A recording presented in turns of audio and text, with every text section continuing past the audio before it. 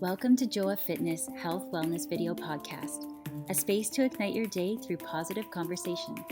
We bring people that have created excellence in their life, sharing high vibration in their reawakening path.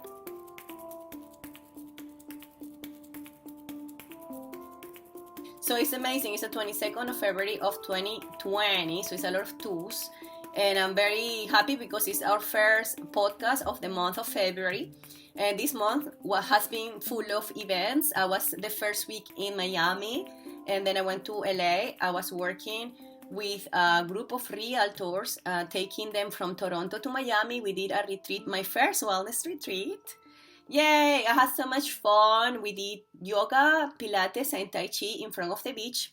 And it was a beautiful experience for those that are working hard, when you work so much and actually your work give you rewards and give you this prize to retreat yourself and to connect to your own body, taking you away from the stress life in the cold weather. So we went down, 50 people, and it was super nice. I had a great time. I loved the water, and the sun revitalized me. So what about you? What did you do this month? That's amazing. I feel that you leading everybody must have been energizing in its own as well. For myself, I've been working a lot. I continue to work in women's health, obviously, but I'm also creating my own emotional and mental well-being online program, which I think ties in very well with physical healing. And we talk about that a lot on the podcast as well, I think, especially the relationship between stress and physical kind of presentation of symptoms. So yeah, it's been a good busy month. I can't believe February is almost over. Yeah, 22nd. I'm not even tracking the time, but I'm definitely loving this year. The whole year has been a lot of focus on our projects in 2020, and I think it's collaboration, one of the keys. Collaboration, consistency, and keeping our compass to the north and being positive. So yeah, I'm very, very happy that you're putting this program. So one question really quick. This is related to Reiki because you are a Reiki student, right? You're just becoming a Reiki master very soon?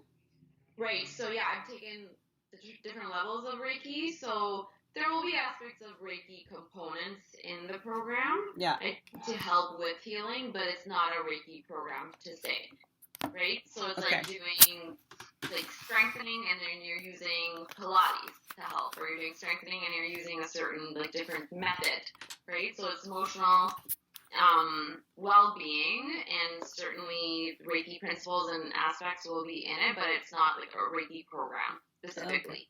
Well, yeah. I'm very curious. As soon as you have a little sample, send it to us, and we would love to see that. Yeah, for sure.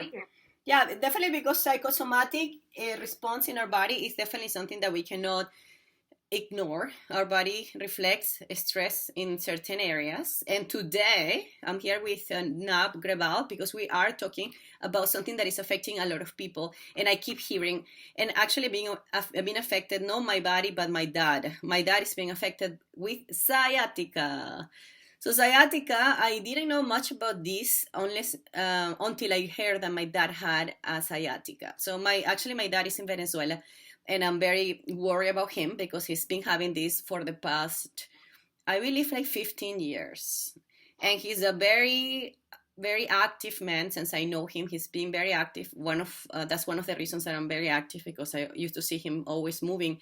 And I'm not sure if this is something coming from his overwork, that now his body is just showing some tear and wear. But definitely I'm being very connected into this and always searching about solutions, treatments, and he actually has gotten even surgeries related to this. So this is something very serious for my dad, and it's affecting him emotionally, because back in the day, few years ago, he could walk for a long period without stopping. He's just loving walking, and now he has to make stops and breaks because the nerve, it pinches and it burns and it's like pin and needle. So it's actually very uncomfortable for him. So that's kind of the story that I'm giving you, guys, because I probably telling you things that you probably feel connected or you have heard about the sciatica. So here, Dr. Nav Grewal, physiotherapist in the city of Toronto, I'm sure she's working with this, and I want to hear her knowledge about this, and especially to start with the very, very first topic of this because it's a long topic. So what is actually the sciatica nerve? Yeah, so the sciatic nerve. Sciatic nerve. Yeah, so the sciatic nerve originates from the lower spine. So it's a set of spines or spinal nerves coming together. So L4, 5, S1, 2, 3 all come together to create the sciatic nerve. So that's a huge bundle of, it is like more than one spinal nerve coming together. And then that nerve basically travels. So if you think about the lower spine, if you think about the crest, so if you can put your hand kind of like on the hip crest and then go inwards from there, it travels down towards the bum area, the back of the leg, hamstrings, all the way down the calf area to the foot. So it's huge. Yeah. And so when people talk about sciatica, it could mean anything. It could be like anywhere in that area they're having symptoms, okay? And because it's a nerve, it's responsible for, yes, muscle function, so movement, contraction, but also sensory function, so what people are feeling, like even like the skin, like to touch it. Okay. So that's where you're talking about where your dad is having that feeling of pins and needles, right? Yeah. So, and like some people might have numbness as well. So that's actual nerve. So it's a huge nerve, and it can be impacted at any point between where it exits from the spine all the way down to the foot. So this nerve that is so crucial for our mobility is being affected because people are seated for long hours, because they're overacting. Like, what's the main cause of this? Yeah, so there could be a bunch of different causes. So if someone had a traumatic injury, right? If they were in a car accident, they had a fall, something of that sort, they were lifting something very heavy at work, bending forward and lifting especially, or if they're working out and they're doing deadlifts, something like that, that can be a reason. But again, yes, sitting for a long period of time in one position, crouching for a long period of time in one position, that could lead to it as well. And then in general, aging as well can cause tightening of the spine, narrowing of the spine, which can narrow the amount of distance in between the spinal bones and the nerves as well. Now that you're talking about the vertebrae, so you mean that if you have a herniated disc or a slip disc, this could be a consequence as a result of having this issue? Right, so it could be pushing on the nerve. So if the disc is coming out, if it's bulging, it's actually like putting force on the nerve, and then at that point, that affects the functioning of the nerve. Right, it's like having swelling in the hand. If it's very, very swollen, it's going to affect how your fingers are moving, if they can bend or not. Same thing for the nerve. If it's compressing it, then there's lack of circulation, there's lack of fluids coming in, it can't function and send the signals up and down properly. Wow, yes. In this, I'm so lucky I don't have any symptom and I touch good because, yes, I hear that you can treat it, but you cannot really eliminate it. Is that true? You can definitely treat it. I've successfully treated sciatica to where the person is not having symptoms, and it depends on the severity, and it also depends on like what is causing it. So if it's something that's spinal stenosis, if it's narrowing of the spine, I can't create that space as a physiotherapist. If it's something that's a disc bulge, or if it's something that's more muscular, I can create changes in the muscle. I can create changes in the person's posture so that there's less pinching on the nerve, and then they're having less or eliminating those symptoms. So it really depends on what it actually is. Most of the time, there's not actual damage to the nerve, but the nerve is being impacted because of like I said, the muscle or the disc is coming out or something of that sort. Okay. I think it's important for people to know kind of like what signs and symptoms are of sciatica. So usually people come in and they're saying that they're having sharp shooting, radiating pain that starts from their bum and then it's going down the leg, and it could be going towards the knee, or it could just be like in the bum muscle, and then all of a sudden it just like jumps and goes down to their foot. And then they're experiencing numbness, tingling, pins or needles, burning sensation, feeling like they're off balance, and certain positions will trigger it more than others. So more bending forward postures will trigger it, sitting it for a long period of time.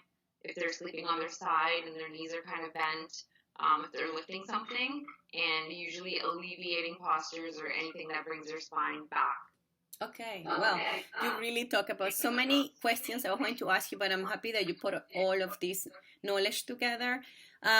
Coming again into my experience as a trainer, Pilates teacher, and yoga teacher, my clients come to me again for improvement of their posture. I had scoliosis, and some of you guys know that my story in fitness is just related to scoliosis. Thank God my scoliosis is not radiating down to my legs, and I actually did an EMG test just to kind of make sure that I didn't have a problem, so I was fine on that. But I do have clients with scoliosis and sciatica, which is like not a good combo. So I do a lot of work into resetting their body, and I noticed that many women after pregnancy, because the weight can also aggravate it, and then they can get the signs of sciatica. Is that true? Like a normal pregnant woman, they could start feeling this? They can start feeling it, and like during pregnancy, what also happens is because the body is growing, the muscles are getting very, very stretched, and they can get tight. So that piriformis muscle especially can get very, very tight, and then it's pinching on the nerve. And then that can lead to muscle weakness after postpartum, which can also aggravate it. So it's something that's pretty common, along with sacroiliac dysfunction as well, which we're going to have another series on. But definitely posture plays a big part, and that's what happens during pregnancy.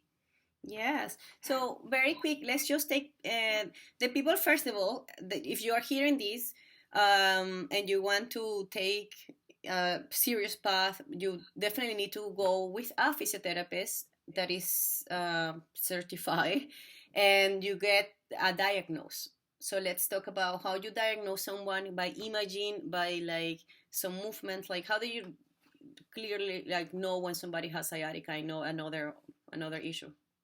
So in general, and we've talked about this in physiotherapy school and afterwards as well, we'll use the general term sciatica. It's basically like any of those symptoms that I talked about, along with a bunch of functional tests. So I'll do functional tests such as getting the person to stand and then getting them to bend forward. If the symptoms are becoming worse, if they're bending forward repeatedly and they start to feel, oh, it was only in my low back or bum and now it's radiating down my leg, that's a sign, because it might be pinching on the nerve, right? So getting them to lie down and lift their leg up and down, or testing the tension in the nerve, which we're trained to do. I can specifically test that nerve tension. That's another sign. And then also doing certain tests to test their sensation. So getting them to close their eyes, and then I'm basically touching them both sides to see if the area of the sciatic nerve is impacted side to side. If I touch them and they're like, I don't, I'm like, do you feel this? And they say no, or it's diminished on one side versus the other, that's another sign. Nice. So this is a functional test, and then you do any type of imaging? Yeah, so imaging for sure, and it depends. So if they come in and I think it is sciatic related and we do treatment, it goes away, then, like imaging isn't really required because imaging takes a long time. And some of my patients might come in as soon as they start feeling the symptoms. So they're not waiting weeks to months to get an MRI or anything like that, because on an x-ray, yes, spinal stenosis might show up, but the actual nerve, like it's looking at bone. So x-rays are not going to show nerve-related issues. So imaging would show, if it's an MRI, that there is something related to the nerve, but that's only if like it takes a long time. Yeah, you also have to be so blessed, like us in Canada, that we can get like medical care. And so yeah, I understand, but it's important to go through all the medical studies to understand what we have before it gets worse, right? Then about the treatments, well, we have the ice and the heat. That's a type of like easy treatment that we can do at home. We can do also some type of injections. Have you heard about the injections? Yeah, so they tend to do corticosteroid injections. That's not the first line of defense an orthopedic surgeon would be using, though. So that's kind of, if it's very severe, or if the person has not improved with physiotherapy, they would be recommending physiotherapy as first line of defense. then it would be injection. If that's still not helping, along with medication like Lyrica, then they would recommend surgery. So the injections are something that like no doctor really would be recommending as a first thing to do. But they would recommend physiotherapy doing certain exercises. Obviously, yes, using heat, ice. And then something else that I usually recommend is, now that we're talking about exercises, is if someone's sitting at work, posture is a huge part, right? So if they're sitting and they're like this at work, that's not good. So I usually recommend if they're sitting to use a rolled up towel and have it behind their back so that they're more in extension versus like this. Completely. So now that we're talking about some of the stretches and exercises, I'm going to show you 3 of the movements, and we actually went through what we're going to show because there's so many, but we just want to talk about what we will do. And I'm actually in the comfort of my house, and I'm going to show you basically 3 of them. One, you could do it on many ways. You can do it seated, or you can do it laying down facing up in your on the floor or in the bed. So that one is easy. I show you that one with a chair. So you have a chair, basically, and then you wanna sit. Can you see me there? Yeah. Maybe I can come closer. And then you bring one leg on top of the other. And very tall. The most important is to keep the posture here. So this is where I can make sure my spine is tall. Then I'm gonna lean forward as comfortable as I can. I'm a yoga teacher, guys, so I'm very flexible. Don't compare yourself with my body. So in my case, I can lean forward all the way, and I can just most people can't do that. I can just go all the way down and just hang like a doll, like a rag doll. That's such a great glute piriformis stretch. I love it. If you don't have the flexibility or the awareness to keep your spine tall, you can do it on the floor. Okay, so let's do it on the floor. So on the floor, basically, you're right here, and you have one leg on top, the same kind of thing, but now we have less gravity. We are pressing our own resistance depending on how much you want to. So I flex both ankles, and then I press my needle back on the spine, on the floor, the same way as I was doing it on the chair. And then I bring my hands interlaced on the bottom, like I'm making a number 4 with my body. And then I just bring my knee into my chest. I take a deep breath from my nose, and as I exhale, I use the exhalation, to exhale to bring my knee close to me. You know, I'm from Venezuela. I speak Spanish, and I love to make words, guys. And somebody told me, Joa, you always say exhalation. Exhalation doesn't exist. I don't know if it exists, but I love the word exhalation. It's like a word that I made. So that's a good one. You change the leg, you do it in the other side. Even if you have sciatica in one side, I would do it in both sides. So both sides gets treated. Very important, making sure that you have no space on the floor. So the body is completely against the floor. So that's one. You can do it at home. As you see, you don't need any prop or anything to make it difficult. The only awareness that you want to have in the moment to do anything is your breath, and to make sure that you are stretching your spine.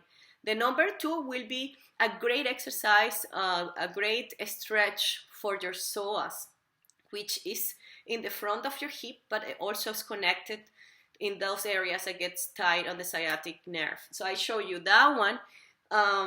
It's like this. Basically, you are on you can start on the knees. One leg goes in the front, and again, you go to the front. So I show you the other side. So you want to inhale, and as you exhale, you come to the front. The most important here, again, is to keep your chest tall. You're not leaning forward, you're just very tall. Opening your thoracic area right here. If you want more, you can bring the same arm of the back leg up and open into a rotation. If you want the whole stretch of this. It's a beautiful stretch. I do it daily, and I feel it daily. It's like so good. And the last one is a cobra stretch. If you do yoga, Pilates, so you probably practice this a lot. We're gonna start from the beginning. It's a baby cobra, and from baby cobra, we move into a full cobra depending of your flexibility. So, okay, let's see how we do this.